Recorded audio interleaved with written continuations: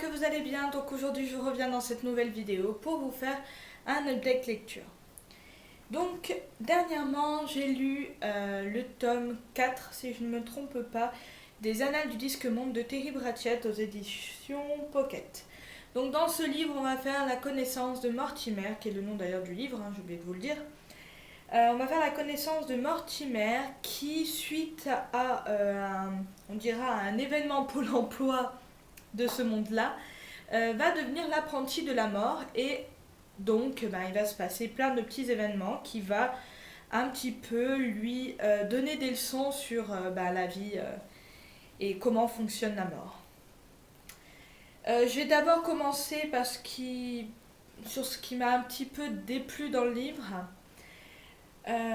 Donc je tiens juste à préciser une petite parenthèse que ce roman-là n'est pas du tout, enfin c'est pas l'un de mes préférés. Moi les préférés pour l'instant c'est les premiers que j'ai pu lire. Et j'ai trouvé que le personnage principal, qui est donc Mortimer, est un tout petit peu égoïste. Il ne pense qu'à lui, il ne pense pas trop aux conséquences que ses actes vont faire. Et du coup, ce côté-là va le rendre un petit peu agaçant. Ce n'est pas un livre qu'on peut lire en diagonale si certaines personnes ont tendance à faire ça. Il faut vraiment tout lire parce que c'est un univers tellement riche qu'il faut vraiment tout lire pour bien comprendre l'univers global. Et l'idée principale de ce roman, c'est... comment dire, on comprend pas vraiment comment on appelle ça, pas la logique mais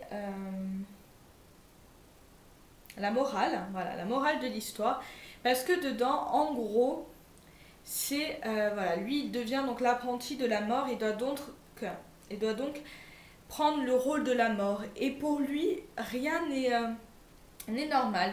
Si la mort lui dit celui-là doit être mort, il se dit mais pourquoi? Et il se pose tellement de questions qu'au bout d'un moment on le trouve tellement égoïste que on en a un petit peu marre. Mais, je dis bien, mais il y a quand même des petits points positifs dans ce roman, c'est déjà la mort. J'adore la mort dans l'univers Disque Monde. Déjà on la reconnaît facilement parce que tout est écrit en majuscules. Mais aussi parce que dans ce roman, la mort part en vacances. Et donc elle va essayer de faire différents métiers pour essayer en fait d'autres métiers que la mort. Et j'ai trouvé ces passages tellement hilarants. Ça coupe aussi beaucoup dans l'histoire, ça nous fait quand même des petits moments un petit peu moins lourds, un petit peu moins prise de tête, parce que quand on voit que Mortimer fout un petit peu la merde dans l'univers de la mort, c'est quand même assez lourd parce que voilà, c'est quand même des gens qui sont morts, des trucs comme ça. Et là, les petits passages avec la mort sont super rigolos et du coup, ça nous fait un petit peu de baume au cœur, autre que l'histoire principale. Donc comme je le disais, on a aussi le côté humoristique qui est vraiment présent dans les ouvrages de Terry Pratchett et c'est vraiment ça que j'adore et que je veux que vous reteniez, c'est que dedans, tout est sujet. Il y a, comment dire, il y a plein de jeux de mots qui vont vous faire aimer l'univers. Il y a toujours des petits... comment dire, il y a toujours des petits clins d'œil à d'autres ouvrages, à d'autres livres, à d'autres films, mais d'une manière tellement bien faite que vous pouvez qu'aimer ce roman.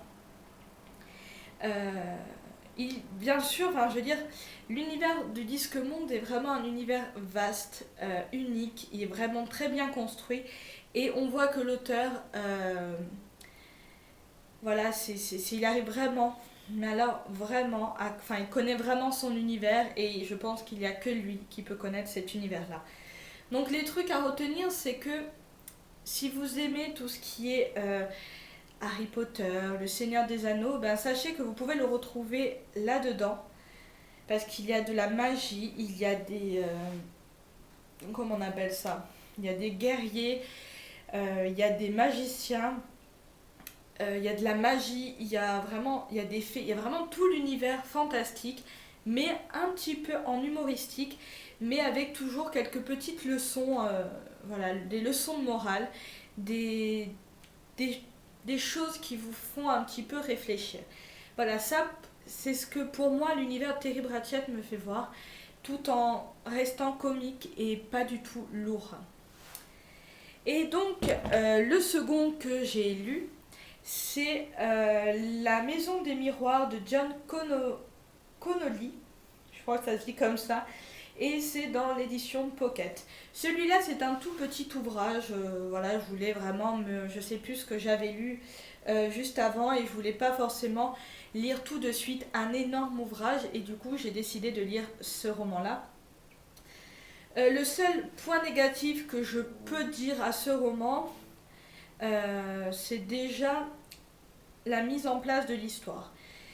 Qui d'ailleurs, je ne vous en ai même pas parlé. Moi, je parle de suite de mes points, mais l'histoire principale, en fait, c'est une maison où il y a des meurtres qui ont été commis et qui a été rachetée par l'un des parents d'une des victimes.